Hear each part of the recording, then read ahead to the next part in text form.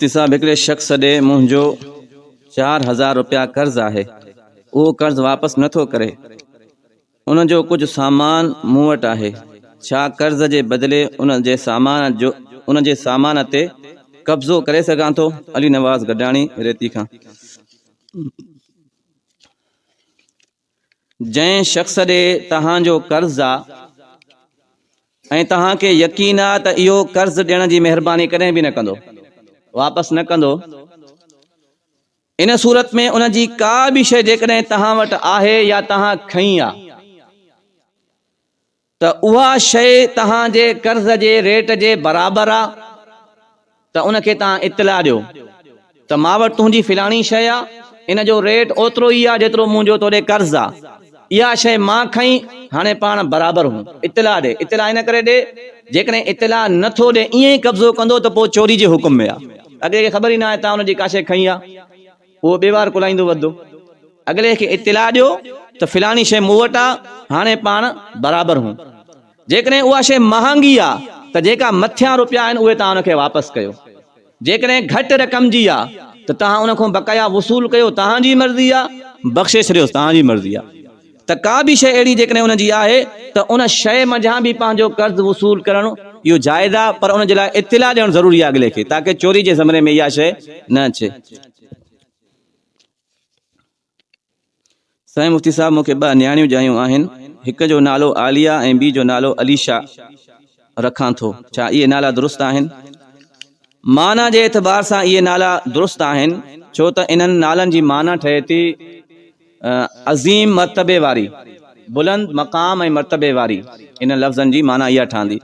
त माना जे एतबार सां इहे नाला बिल्कुलु जाइज़ आहिनि ऐं रखण बि सही आहिनि, लेकिन बहितर इहो आहे त मुसलमान पंहिंजी नियाणी जो नालो सहाबियात जे नाले ते रखे। नबी साईं जे अज़वाज जा जेके नाला हुया या नबी साईं जी नियाणियुनि जा नाला जेकियूं बि उन वक़्तु सहाबियात हुयूं, उन्हनि मंझां कंहिं बि सहाबियात जे नाले मंझां नालो रखे त इहो ज़्यादा बहितर ऐं अफ़ज़ल आहे। मुफ्ती साहब, मर्द ऐं औरत जे गुस्ल करण जो तरीक़ो साॻियो आहे या औरत जे गुस्ल में को फ़र्क़ु आहे? साईं, गुस्ल जो तरीक़ो आसान लफ़्ज़नि में सम्झायो।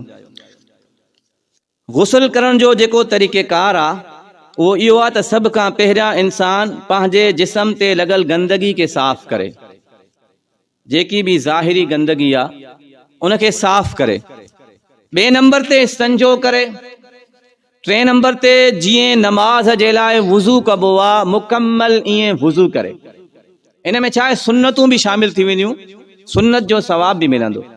त मुकम्मल नमाज़ जे वुज़ू वांगुरु वुज़ू करे ऐं उन वुज़ू में गरारा ऐं नक में पाणी, इन में 2 शयुनि में मुबालगो करे, यानी वात चङी तरह घुर। वुज़ू में त पाण जेको आहे सर्दी जे करे हल्को फुल्को पाणी विझी जीअं महसूस थिए त कुझु वियो आहे अंदरि, बाक़ी गुस्ल जे दौरान चङी तरह वात में पाणी दाख़िल करे ऐं नक में बि चङी तरह पाणी दाख़िल करे, बाक़ी समूरो वुज़ू वांगुरु वुज़ू करे। 4थे नंबर ते मुकम्मल जिस्म खे चङी तरह धोए ताकि जिस्म जो कोई बि हिस्सो वार बराबरि बि सुकल न रहे, समूरो जिस्म आलो थी वञे। इहो गुस्ल जो हिकिड़ो मुकम्मल तरीक़ेकार आहे। इन में कुझु सुन्नतूं बि शामिल थी वेंदियूं आहिनि, सुन्नत जो बि सवाब मिलंदो। बाक़ी मर्द ऐं औरत जो गुस्ल जो जेको फ़र्क़ु वारो मसलो आहे त ॿिन्हिनि जे गुस्ल में फ़र्क़ु कोई न आहे।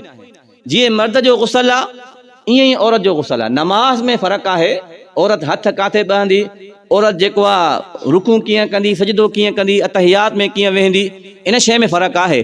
पर गुस्ल जे अंदरि मर्द ऐं औरत में कोई फ़र्क़ु न आहे, हिकु ई जहिड़ो गुस्ल आहे। पर्दे जे लिहाज़ सां थोरो फ़र्क़ु आहे, ज़ाहिर आहे औरत जो पर्दो ज़्यादा आहे। मर्द जेको आहे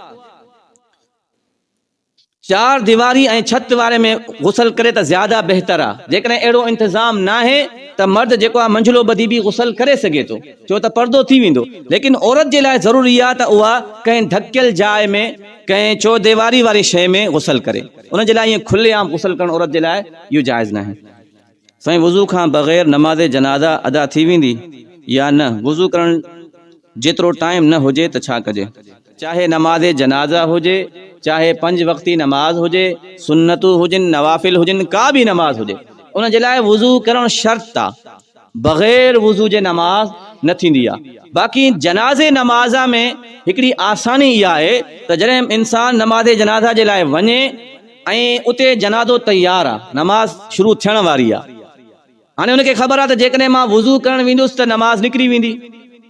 पोइ इन सूरत में आलिमनि फरमायो आहे त उन वक़्तु इहो तयम्मुम करे, मिटी सां, ज़मीन सां, या जेकी बि शइ ज़मीन जी जिन्स मंझि आहे उन सां इहो तयम्मुम करे पोइ जनाज़े में शरीक थी वञे। जेकॾहिं तयम्मुम कंदे जनाज़े में शरीक थियो आहे, इमाम साहब 2 तकबीरां चई वियो आहे, बाक़ी 2 रहंदियूं आहिनि, त इहो शख़्स उन जनाज़े में शरीक थी करे 2 तकबीरां जनाज़े सां गॾु चए इमाम साहब सां, ऐं 2 जेकियूं रहिजियूं इहो सलाम न फेरे, 2 जेकियूं रहिजियूं उहे 2 तकबीरां बि पंहिंजूं पूरियूं करे पोइ सलाम फेरे। मुफ्ती साहब मैयत खे क़बर में विझण खां बाद तख़्ती या सिर वग़ैरह ते कलमो लिखी क़बर में विझण जाइज़ आहे? बाज़ माण्हू जॾहिं मैयत खे दफ़न कंदा आहिनि त मैयत सां गॾु का पर्ची रखंदा आहिनि जंहिं ते कलमो लिखियलु हूंदो आहे, आहदनामो लिखियलु हूंदो आहे, या का अहिड़ी तख़्ती रखंदा आहिनि अंदरि जंहिं ते जेको आहे कलमा वग़ैरह लिखियलु हूंदा आहिनि या लिखाईंदा आहिनि। इहे सॼे शयूं शरीयत जे ख़िलाफ़ आहिनि। अहिड़ी का बि शइ नबी अलैहिस्सलातु वस्सलाम जी हदीस पाक में साबित न आहे, सहाबा जे कंहिं बि अमल सां इहा शइ साबित न आहे। जेकॾहिं कलमो असां विझूं इन नियत सां त कलमे विझण सां मैयत जी बख़्शिश थींदी, पोइ त समूरो क़ुरान विझे अंदरि, ज़्यादा बहितर आहे न। कलमो त हिकिड़ो आहे, हुन में 30 सिपारा आहिनि, पोइ समूरो क़ुरान जेको आहे मैयत जे सीने ते रखिजे ताकी मैयत बग़ैर हिसाब किताब जे जन्नत में वञे। ईअं हुजे हा त सहाबा बि ईअं करनि। का बि अहिड़ी शइ शरीयत में साबित न आहे। जेकॾहिं को शख़्स कलमो विझे थो त इन सां बेअदबी आहे। बाक़ी जेकॾहिं को आंगुर जे इशारे सां मैयत जे सीने ते कलमो लिखे थो या कंहिं तख़्ती ते कलमो लिखे थो इशारे सां, लफ़्ज़ उन में नथा अचनि, त पोइ इहो जाइज़ आहे, लेकिन इहो बि कोई सवाब जी शइ न आहे। जाइज़ न करे आहे त हिन में लफ़्ज़ ज़ाहिर नथा थियनि, बेअदबी न थींदी, एतिरी गुंजाइश आहे हिन में। बाक़ी बाक़ाइदा पेन सां या जेको आहे कटिंग करे उन तख़्ती ते लिखणु, इहो शरीयत में साबित न आहे। ऐं हिकिड़ी ॿी शइ, मैयत खे क़बर में दफ़न करण खां पहिरियां या उन वक़्तु कुझु माण्हू रोड़ा ॾींदा आहिनि त हे विझो क़बर में। छाजे लाइ ॾींदा आहिनि? त असां इन रोड़नि ते कुल लिखिया आहिनि। इहा शइ बि शरीयत में साबित न आहे। इहा हिकिड़ी बिदत आहे जेकी असां ईजाद कई आहे सिंध जे अंदरि, बीवार बि न आहे। इहा शरीयत में इहो हुकुम आहे तव्हां ज़ुबान सां कलमा पढ़ो, लफ़्ज़ पढ़ो क़ुरान जा, सूरत पढ़ो, उन जो सवाब तव्हां दिलि जे अंदरि मैयत खे पुॼरायो। अल्लाह साईं खां दुआ कयो, रब साईं जेकी मां क़ुरान जी सूरत पढ़ी आहे इन जो सवाब हिन मरहूम खे नसीब फरमा। बसि रोड़नि में छा रखियो आहे? तव्हां ज़ुबान सां कलमा पढ़ो, उन जे लाइ दुआ घुरो त इहो सवाब उन मैयत खे पुॼे। अल्लाह साईं सम्झण जी तौफ़ीक़।